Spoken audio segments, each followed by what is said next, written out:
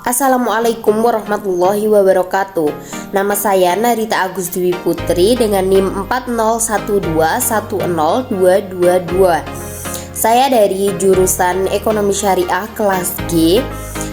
Tujuan saya membuat video ini untuk memenuhi tugas mata kuliah manajemen produksi. Di sini saya akan menjelaskan materi-materi tentang manajemen produksi. Materi yang pertama yaitu tentang perencanaan produksi. Pengertian perencanaan sendiri yaitu suatu tindakan yang akan dilakukan di masa mendatang untuk mencapai tujuan tertentu. Sedangkan perencanaan produksi yaitu serangkaian aktivitas untuk merancang strategi produksi barang atau jasa. Rangkaian tersebut mulai dari memikirkan jumlah, ukuran, bentuk produk, dan juga jenis-jenis produk yang akan diproduksi. Tujuan perencanaan produksi sendiri yaitu untuk mencapai tingkat keuntungan, menguasai kelompok atau pangsa pasar, memastikan perusahaan tetap bisa memproduksi secara efisien, mempertahankan kesempatan kerja di perusahaan agar terus berkembang, memanfaatkan fasilitas perusahaan. Selanjutnya, fungsi perencanaan produksi ada 3, yaitu yang pertama, agar dapat menghasilkan produk sesuai dengan kebutuhan pasar. Yang kedua, agar dapat memperkirakan biaya produksi. Dan yang ketiga yaitu agar dapat menentukan waktu peluncuran produk. Yang selanjutnya yaitu tahap dan mekanisme perencanaan produksi. Yang pertama, perutean, yaitu tahap penyusunan jalur kerja yang akan dilakukan untuk menyelesaikan produk, seperti menyusun jadwal operasional pekerjaan atau jadwal-jadwal yang lain. Yang kedua yaitu penjadwalan, tahap memperhitungkan kapan proses produksi akan dilaksanakan dan kapan proses produksi diharapkan selesai. Yang ketiga yaitu pengiriman, tahap mengirim informasi kepada staf operasional terkait dengan rute dan jadwal yang akan dilakukan selama proses produksi. Dan yang keempat yaitu penindaklanjutan, tahap pelaksanaan dari tahap sebelumnya. Materi yang kedua yaitu tentang proses produksi. Dalam proses produksi terdapat strategi proses. Strategi proses yaitu pendekatan organisasi atau sebuah perusahaan untuk mengubah sumber daya menjadi barang atau jasa. Terdapat macam-macam strategi proses, yaitu yang pertama fokus proses. Fokus proses yaitu sebagian besar produksi global dikhususkan untuk membuat produksi bervolume rendah. Contohnya di pabrik, proses ini mungkin departemen yang dikhususkan untuk pengelasan, penggilingan, dan juga pengecatan. Yang kedua yaitu ada proses berulang. Proses berulang adalah jalur perakitan klasik, yaitu memiliki banyak struktur dan fokus pada produk.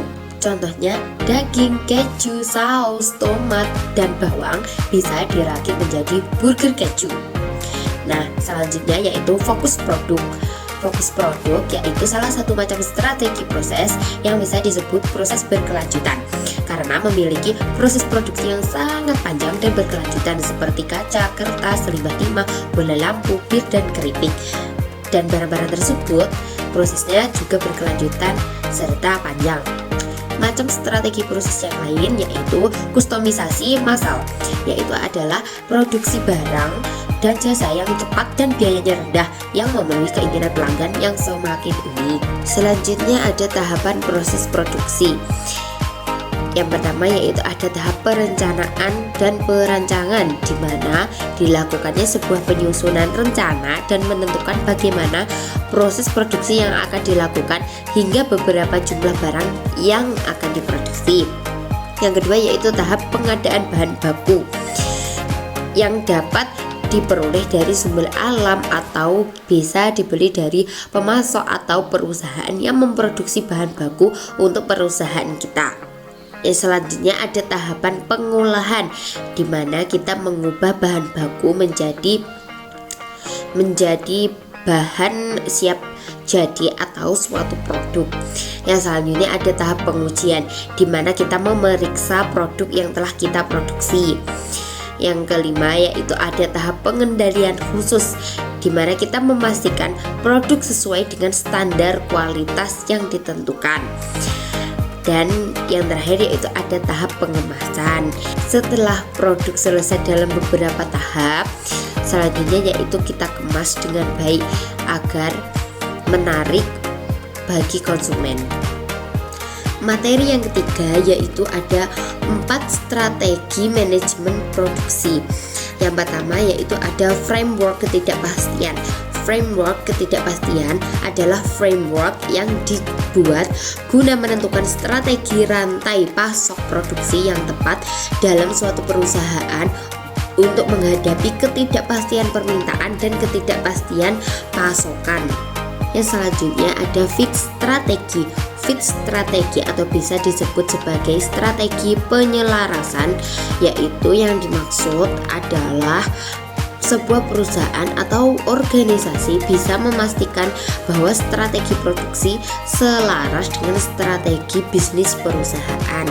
Nah, yang selanjutnya yaitu ada forecasting atau peramalan, merupakan suatu metode perencanaan dari pengendalian produksi yang didasarkan pada data historis yang telah dikumpulkan. Metode ini membantu sebuah perusahaan dalam melakukan perencanaan proses produksi agar lebih efektif dan efisien, atau untuk menghindari kendala yang tidak diinginkan. Yang selanjutnya yaitu ada value stream mapping, adalah teknik yang digunakan untuk mengenali aktivitas dalam industri manufaktur, termasuk kegiatan yang memberikan nilai tambah dan yang tidak memberikan nilai tambah. Materi yang keempat ada analisis kelayakan produksi. Kelayakan produksi merupakan faktor penting dalam sebuah proses pengembangan produk. Ada beberapa alasan mengapa kelayakan produksi itu sangat penting, yaitu yang pertama pada efisiensi biaya. Kelayakan produksi memastikan bahwa produk dapat diproduksi dengan biaya yang wajar, tidak terlalu tinggi, jadi bisa menguntungkan bagi si produsen. Yang selanjutnya ada pemanfaatan sumber daya. Dengan menganalisis kelayakan produksi, perusahaan dapat menentukan apakah mereka memiliki sumber daya yang cukup untuk membuat produk tersebut. Selanjutnya pemenuhan permintaan. Kelayakan produksi membantu memastikan kapasitas produksi dapat memenuhi permintaan pasar. Yang selanjutnya yaitu ada kualitas produk. Produk yang tidak layak dapat mempengaruhi kualitas produk. Maka penting adanya analisis kelayakan produksi. Selanjutnya yaitu keberlanjutan lingkungan.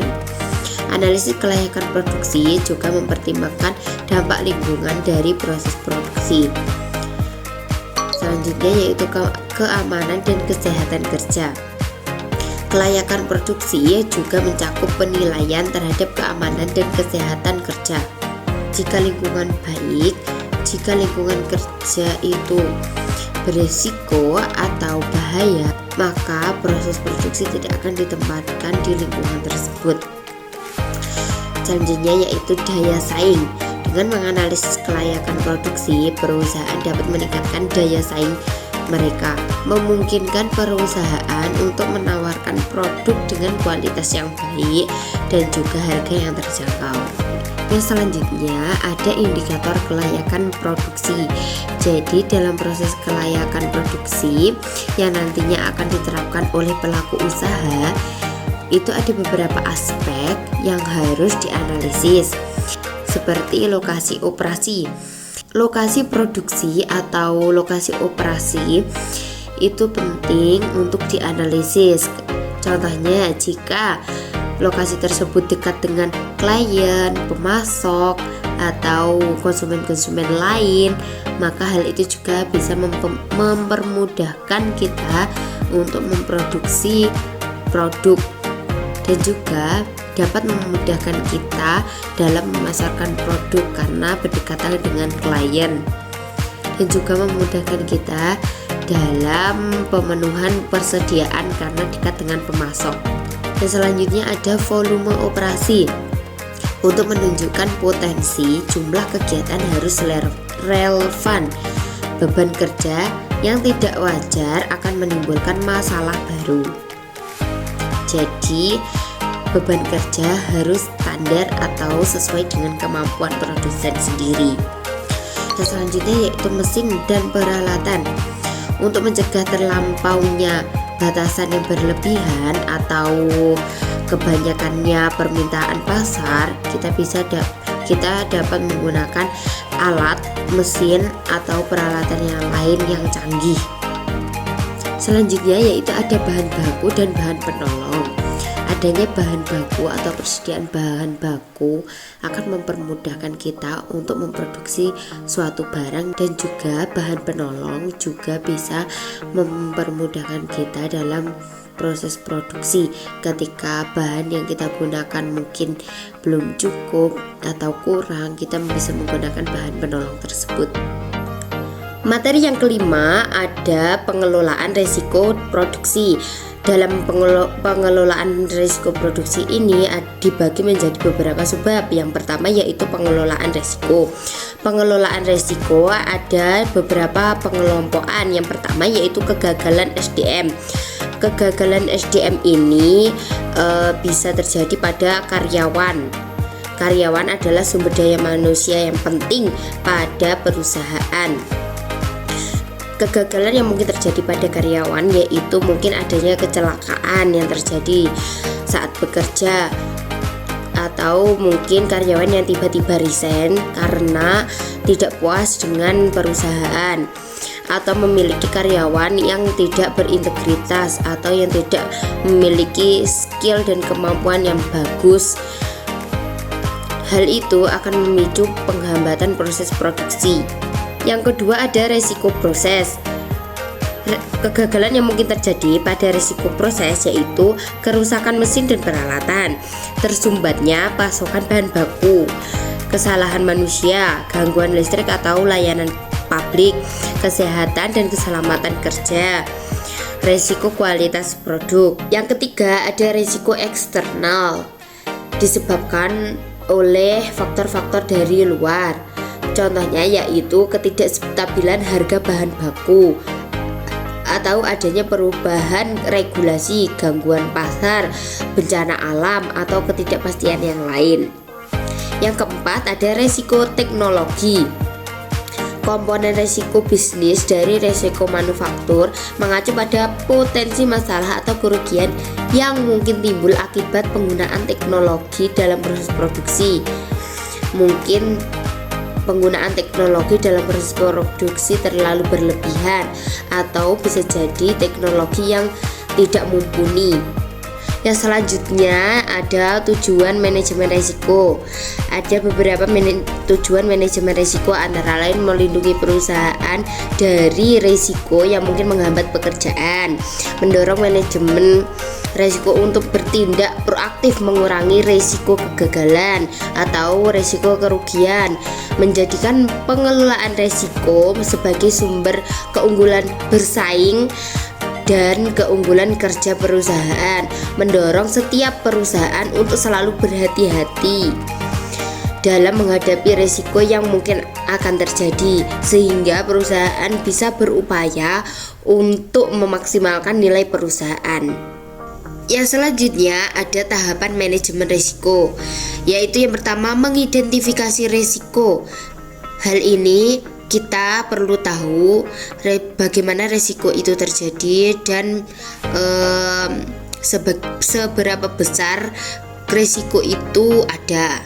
Setelah itu kita mengidentifikasi bentuk-bentuk risiko.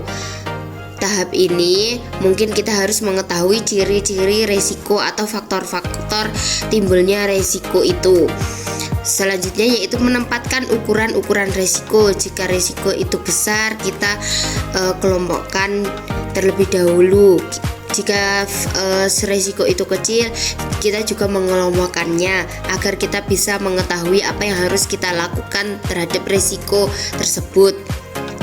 Yang selanjutnya yaitu menempatkan alternatif. Setelah menempatkan ukuran-ukuran resiko, kita dapat menempatkan alternatif apa yang bisa kita lakukan di resiko kecil atau resiko yang besar. Setelah itu kita akan menganalisis setiap alternatif. Alternatif tersebut mampu atau tidak untuk menanggulangi resiko yang ada. Selanjutnya yaitu memutuskan satu alternatif untuk menyelesaikan atau menanggulangi atau mengelola resiko tersebut. Yang selanjutnya yaitu melaksanakan alternatif yang dipilih. Setelah alternatif dipilih, maka alternatif tersebut akan dilaksanakan untuk pengelolaan risiko yang ada, dan kemudian mengontrol alternatif yang dipilih agar alternatif yang dipilih tersebut dan yang telah dilaksanakan itu mampu untuk mengelola risiko dengan baik, alternatif tersebut tidak berlebihan atau tidak kurang.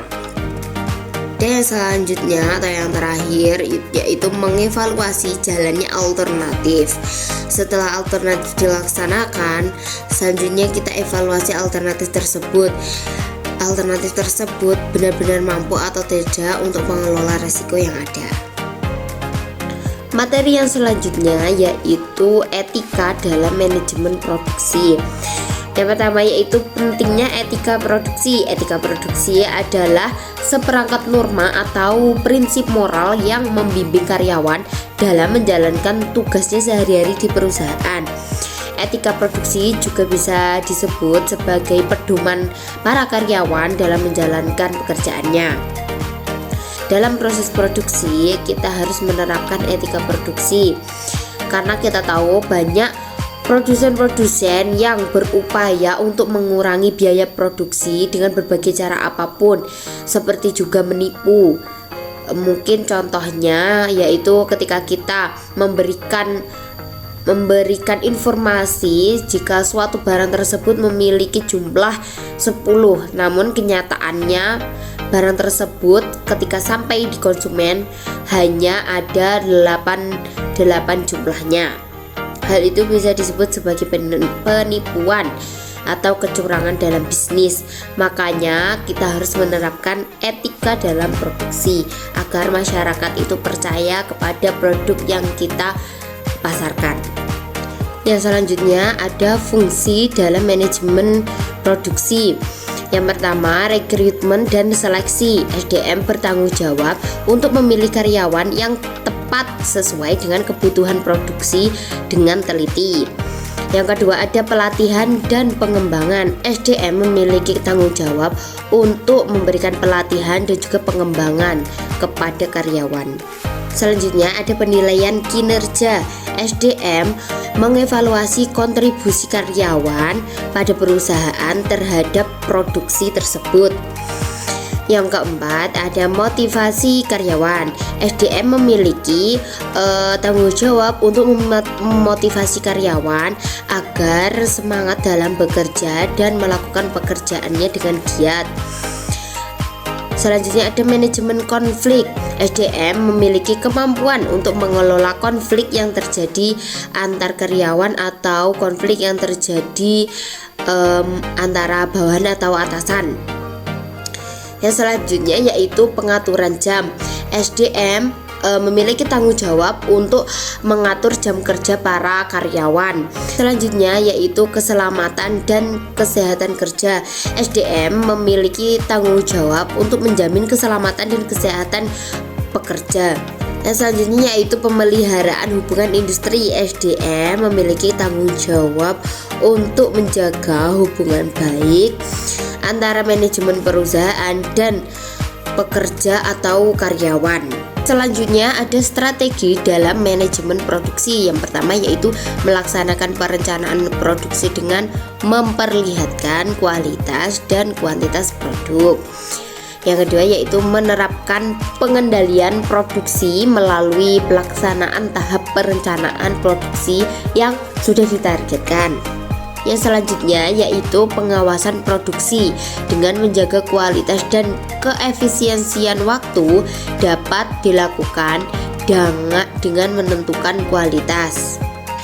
Materi yang selanjutnya yaitu manajemen kinerja dan evaluasi produksi. Yang pertama ada manfaat manajemen kinerja. Keuntungan yang bisa didapat dari manajemen kinerja ini ada banyak, yaitu mulai dari meningkatkan efisien sehingga memperkuat hubungan antara karyawan dan manajemen, penyelarasan tujuan organisasi dengan tujuan tim dan juga individu, memperbaiki kinerja, memotivasi karyawan, peningkatan komitmen dan juga dukungan terhadap nilai-nilai inti. Yang selanjutnya ada evaluasi dan pengendalian kualitas produksi. Pengertian evaluasi produk. Tentunya perusahaan yang mengolah bahan mentah menjadi bahan jadi perlu melakukan evaluasi terhadap produknya sebelum dipasarkan untuk menghasilkan produk yang berkualitas tinggi. Yang selanjutnya penentuan kualitas produk dan pengendalian mutu produk. Ada beberapa standar dari kualitas suatu produk ditetapkan dengan mempertimbangkan hal-hal seperti kualitas produk pesaing, manfaat akhir dari produk, keseimbangan antara harga dan kualitas produk. Selanjutnya ada pendekatan pengendalian kualitas produk. Tujuan pengendalian kualitas produk ini untuk mencegah penyimpangan bahan, tenaga kerja, waktu, dan kualitas produk akhir, dan juga untuk memperbaiki kesalahan yang terjadi dalam proses produksi. Sekian video dari saya. Akhirnya, wassalamualaikum warahmatullahi wabarakatuh.